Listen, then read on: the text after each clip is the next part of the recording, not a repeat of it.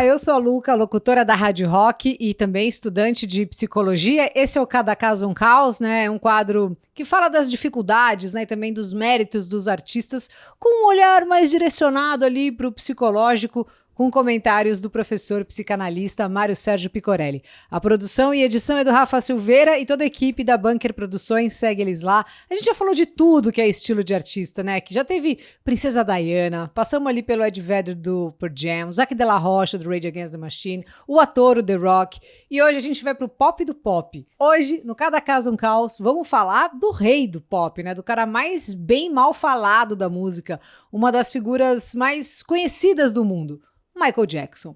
Michael Joseph Jackson nasceu no dia 29 de agosto de 1958 no estado de Indiana, nos Estados Unidos. Filho do Joseph, mais conhecido como Joey, trabalhava numa usina siderúrgica e nas horas vagas ali tocava guitarra e na real mesmo era um empresário musical frustrado. A mãe, a Kate, era testemunha de Jeová e tocava piano na igreja.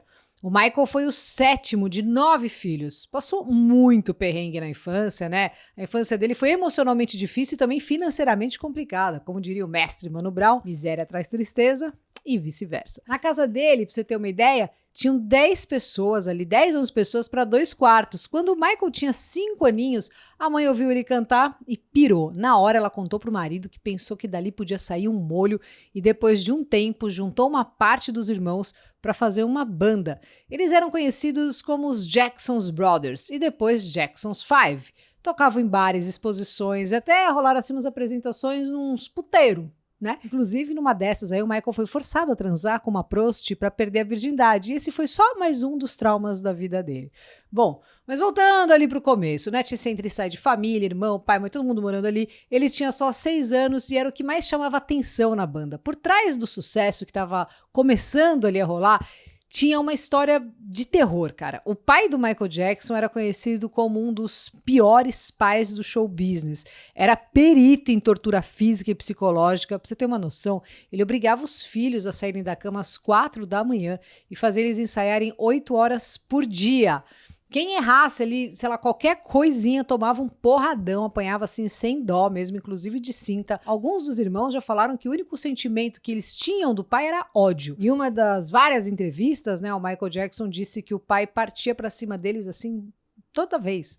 Eles morriam de medo, ficavam super nervosos nos ensaios, porque o cara ficava sentado numa cadeira com um cinto na mão e se alguma coisa não saísse ali do jeito que ele queria, ia pra cima com as 10. O Michael disse que de tão aterrorizado, né, ele tinha assim vezes que só do pai chegar perto ele mandava um gorfão, assim. O Jackson pai dizia que o Jackson filho era feio, criticava o rosto dele cheio de espinha, criticava o tamanho do nariz. Era normal o Michael chorar todo dia, isso durante a curta infância, né, e toda a puberdade. Se liga no level de perversidade do cara, olha isso. Os filhos contaram que um dia o pai, né, o Joseph, colocou uma roupa assim que cobria o corpo todo e também pôs uma máscara sinistrona, assim.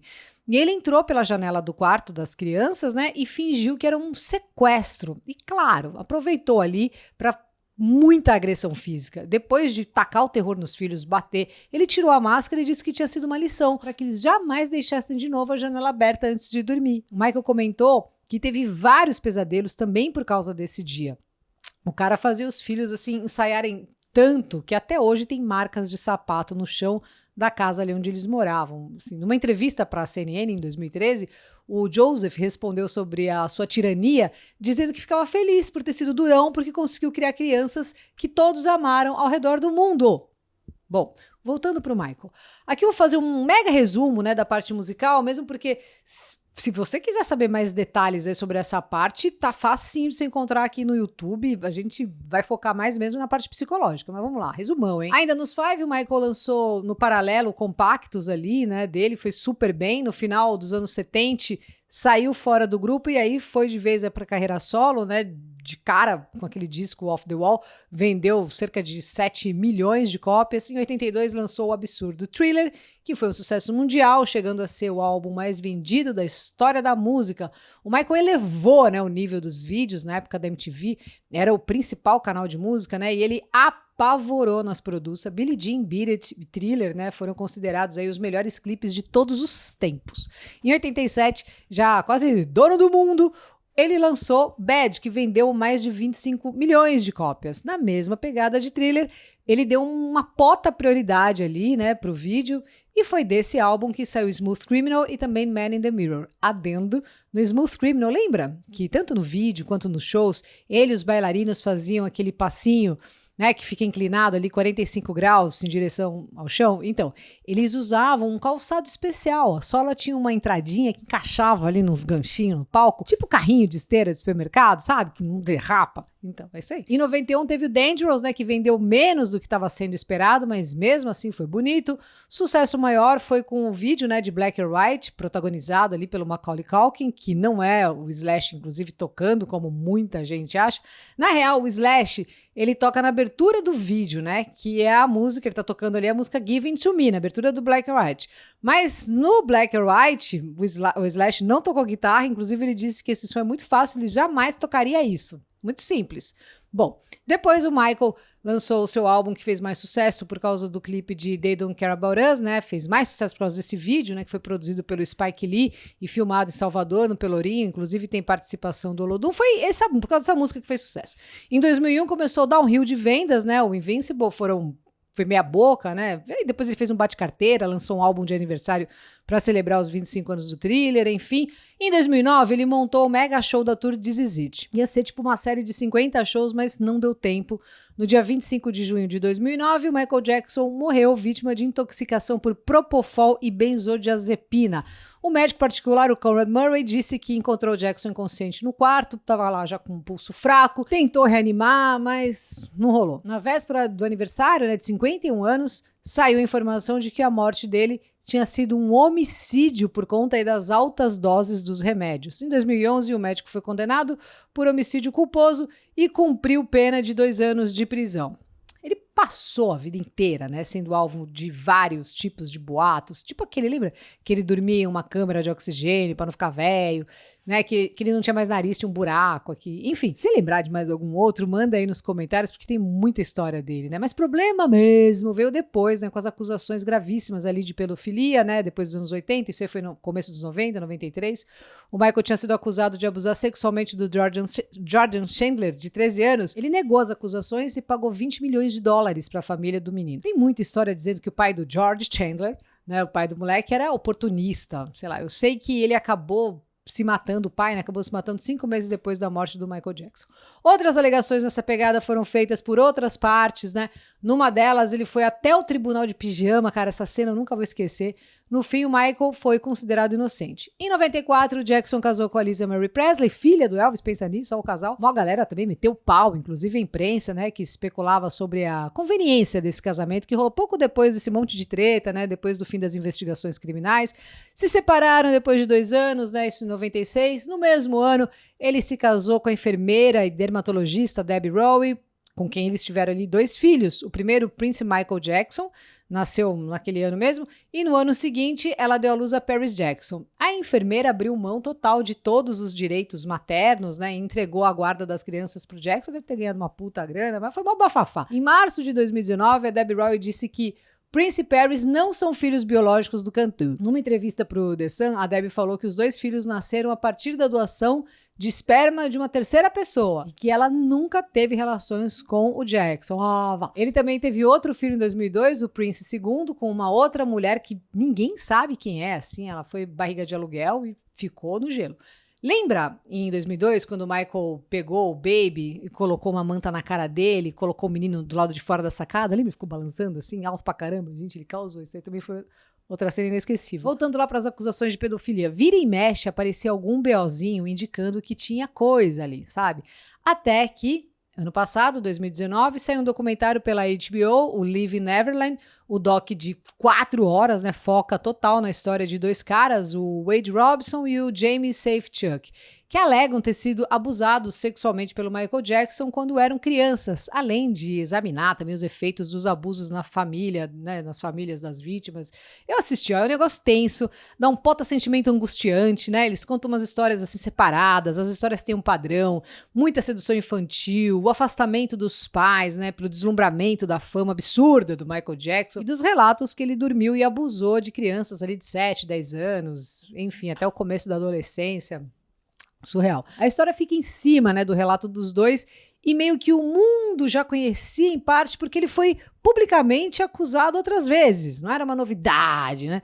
Nesse doc você vê os familiares ali assumindo uma negligência no cuidado mesmo com as crianças, né? Os pais tratavam o Michael como um filho e também como um homem adulto, um jeito de criança que não teve infância por causa do pai, né, que castigava ele psicologicamente, fisicamente. Bom, a polêmica parece que vai ser eterna. Muita gente acredita na inocência do Michael Jackson, outros o contrário. Se ele era pedófilo ou não, não dá para saber. Mas no mínimo dá para dizer que é muito estranho um homem adulto gostar de dormir com crianças. Aliás, deixa aí nos comentários, né, tentando usar um bom repertório para expressar com classe sobre um assunto tão pesado, né? Diz aí a sua elegante opinião nesse canal de seres pensantes, queridos e amados.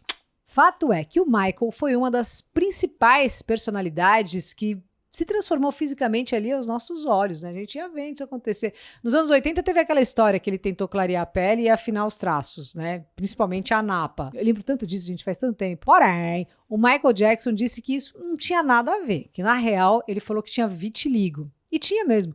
Sobre o lance aí das plásticas, o Michael disse que só tinha feito 2 no nariz para ajudar a respirar melhor e atingir notas mais altas. Sobre a afinada nos traços, era porque ele tinha feito dieta para perder peso, para poder dançar com mais facilidade. Mas veja bem, esse lance aí da dieta foi mais tenso do que pode parecer. O Jackson começou a perder muito peso ali nos anos 80 para alcançar o que ele chamava de corpo de dançarino. Segundo um cara que é o Randy Tahaburelli, biógrafo não oficial, em 84 o Michael tinha perdido quase 10 quilos e ele chegou a pesar 48 quilos e tinha tipo 1,80 m, né, por ali. Muito magro. Chassi de grilo. Teve especulação ali de que ele estava sofrendo de anorexia nervosa, mas o Michael disse que não. Mas as pessoas próximas falavam que ele não curtia comer. A mãe, a cozinheira, as besties dele, a Elizabeth Taylor, Diana Ross, elas tinham que ficar pesando para ele comer. Ele também revelou que perdia até 4 quilos em cada show que fazia e que quando ele ficava ali focado em algum projeto, ele não conseguia comer ou dormir. Teve um produtor musical que trabalhou com ele lá, né, que disse que o Michael Jackson já ficou tipo 4 dias sem comer e sem dormir. Não consigo ficar nem 4 horas. Bom, ele ficou zumbizando total. O Michael tinha umas tatus muqueadas assim no cucuruto, né? Pra que a linha do cabelo ali se misturasse com a peruca que ele usava todo dia. O Jackson tomava bastante analgésico para cirurgias no couro cabeludo. Isso tudo foi por causa do acidente lá pro comercial da Pepsi, lembra? Que pegou fogo no cabelo. Então, a autópsia dele mostrou que na sobrancelha e na boca, assim, aqui na boca dele, tinha um monte de ferida provocada ali por milhares de injeções, várias cicatrizes, né, de cirurgia estética que ele fazia assim direto. A autópsia também mostrou que ele foi consumido pela anorexia. No estômago, o Michael não tinha mais que cápsulas de comprimidos, apenas. Ele sobrevivia tipo, só com uma refeição diária. Deu pra sacar, né, que o Michael Jackson era um pacote completo de dodóis, mas a gente tem que selecionar um. Pegar ali um. Não dá para dizer, né, se ele era ou não era pedófilo, mas se você tem curiosidade sobre essa patologia, né, sobre esse assunto, eu indico aí o episódio do Jonathan Davis, do Korn, que sofreu muito com a pedofilia feminina. Sobre o Michael Jackson, a gente pode falar sobre mais assim da distorção de imagem, né? Fica essa dúvida sobre que corpo que era aquele, né? Uma hora parecia criança, depois parecia um adulto, às vezes um boneco, né? É mais um homem ou uma mulher, né? Preto ou é branco? E aí a gente pensa em um transtorno dismórfico corporal, né? Qual que é a psicologia desse transtorno? O que é isso? Bom, para falar sobre isso, nosso querido professor, psicólogo, psicanalista e mestre em psicologia clínica vai contar pra gente. Mário Sérgio Picorelli, diz aí, Mário. Luca e pessoal, um grande abraço. E hoje nós temos o Michael Jackson com seu pacote de dodóis. No caso, as dificuldades com a imagem corporal. O transtorno dismórfico corporal é uma denominação da psiquiatria que descreve uma pessoa que tem uma preocupação excessiva com seu corpo e aparência, que pode ser real ou imaginária, trazendo sofrimento pessoal ou na relação com os outros. Vocês conhecem a história da Branca de Neve, não é? Pois bem, o ponto central dessa história infantil é a Rainha Má e seu problema com a imagem. Com frequência, ela consultava a rede social da época, o Espelho Mágico, e perguntava: espelho, espelho meu, existe alguém mais linda do que eu?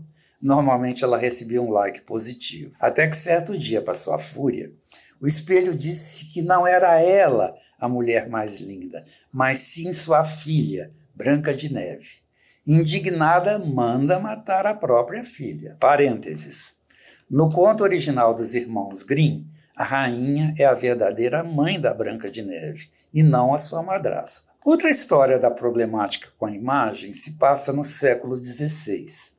Trata-se da condessa húngara Isabel de Báthory, que atraía garotas jovens e virgens para seu castelo, onde as matava. A assassina se banhava com o sangue das suas vítimas para retardar o envelhecimento. Cerca de 650 meninas foram mortas pela condessa, a maior assassina mulher da história. Viram até onde chegam as pessoas para serem lindas? Eu vou falar sobre a problemática da imagem corporal através da minha experiência na clínica, o que significa falar de um corpo que pode tornar-se um lugar de sofrimento. E localize esse sofrimento nessas 3 situações. Quando a pessoa é tomada pela convicção, uma obsessão mesmo, de que, por exemplo, operar o defeito do nariz, que ninguém nota, fará com que ela mude de vida radicalmente. Outro tipo de sofrimento aparece quando a pessoa vai de tratamento em tratamento estético, de operação em operação plástica,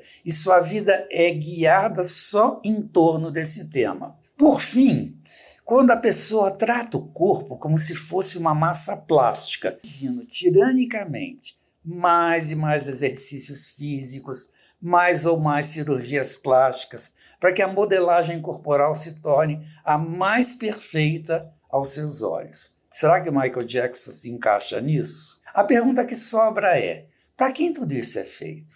Porque em nossas ações sempre existe um destinatário. Um beijo a todos! E aí, curtiu? Se inscreve, manda o link pro Whats aí, né, para quem você conhece, que curte psicologia, que gosta de música e pode se interessar por esse assunto. Vamos compartilhar o Cada Caso um Caos, que é um programa que a gente faz com muito carinho, muito amor para você que, assim como eu, também adora esses assuntinhos de música e também de psicologia.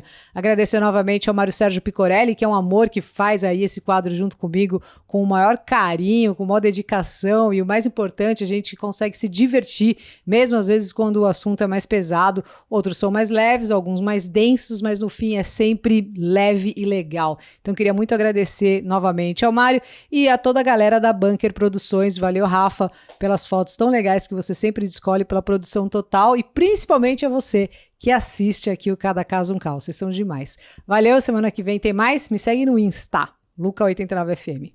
Beijo.